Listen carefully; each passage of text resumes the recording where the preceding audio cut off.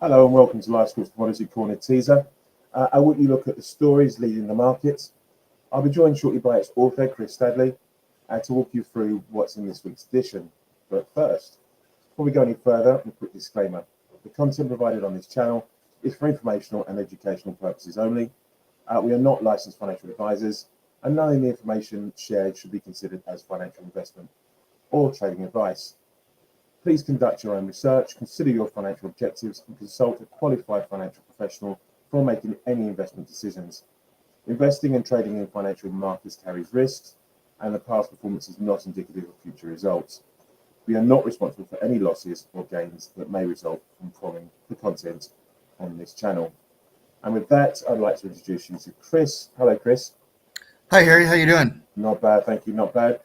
Just quickly to go through this week's edition, you talk about crude oil bear flags, what's next for gold prices. So it's metal heavy. Really, you talk about copper and you look at silver, platinum, palladium. Give us a little teaser as to what's in this week's edition and why you're so heavy on the metal side of things this week. Sure. No pun intended. Sure. No problem. Before we start, I just want to mention that I did another podcast with a friend on Substack, and we've shared that across all our social media platforms. So please do check that out when you get a moment. And the reason that this week's edition is so metals heavy is because that's basically what I cover in that podcast.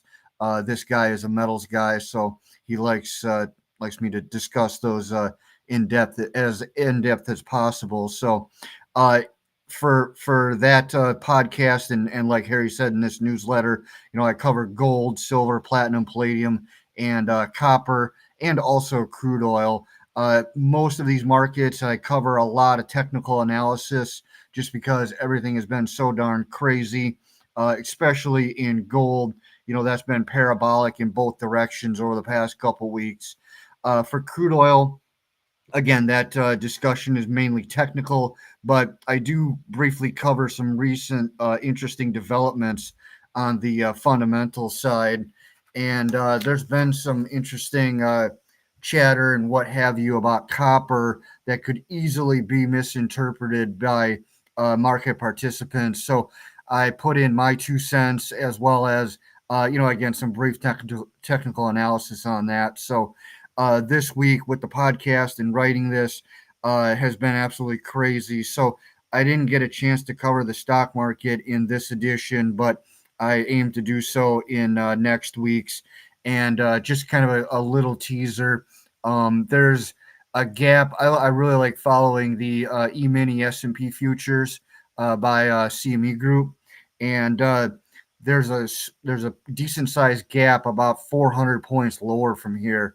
So, again, that's not trading advice, just something that I'm looking for, looking for the market to fill that relatively quickly because the futures do not leave gaps on the charts for an extended period of time. So I'm going to spend some of this weekend looking at charts to figure out, what's some other good topics for next week, but definitely want to cover the stock market in next week, so I didn't get a chance to do that in this edition. That's brilliant. Thank you. Just a bit more on the crude oil. You talk about crude oil, but on the gold prices, the parabolic situation. Could you expand on that a little bit? Sure. Gold prices have gone up parabolically basically throughout most of April, and just in kind of like the closing days of April and early May, we've started to see a flush out. We had that big push higher from 3,000 up to 3,500 very, very quickly. And now we've backed off into the 3,300-ish range.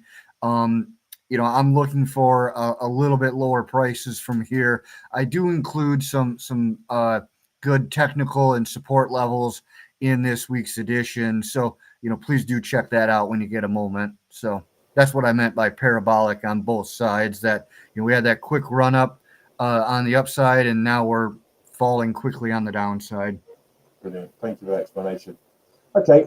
So just a reminder for anyone who doesn't know where to look for this publication, you can find Chris and the LiveSquawk Comedy Corner on Substack, or visit the LiveSquawk website for more information.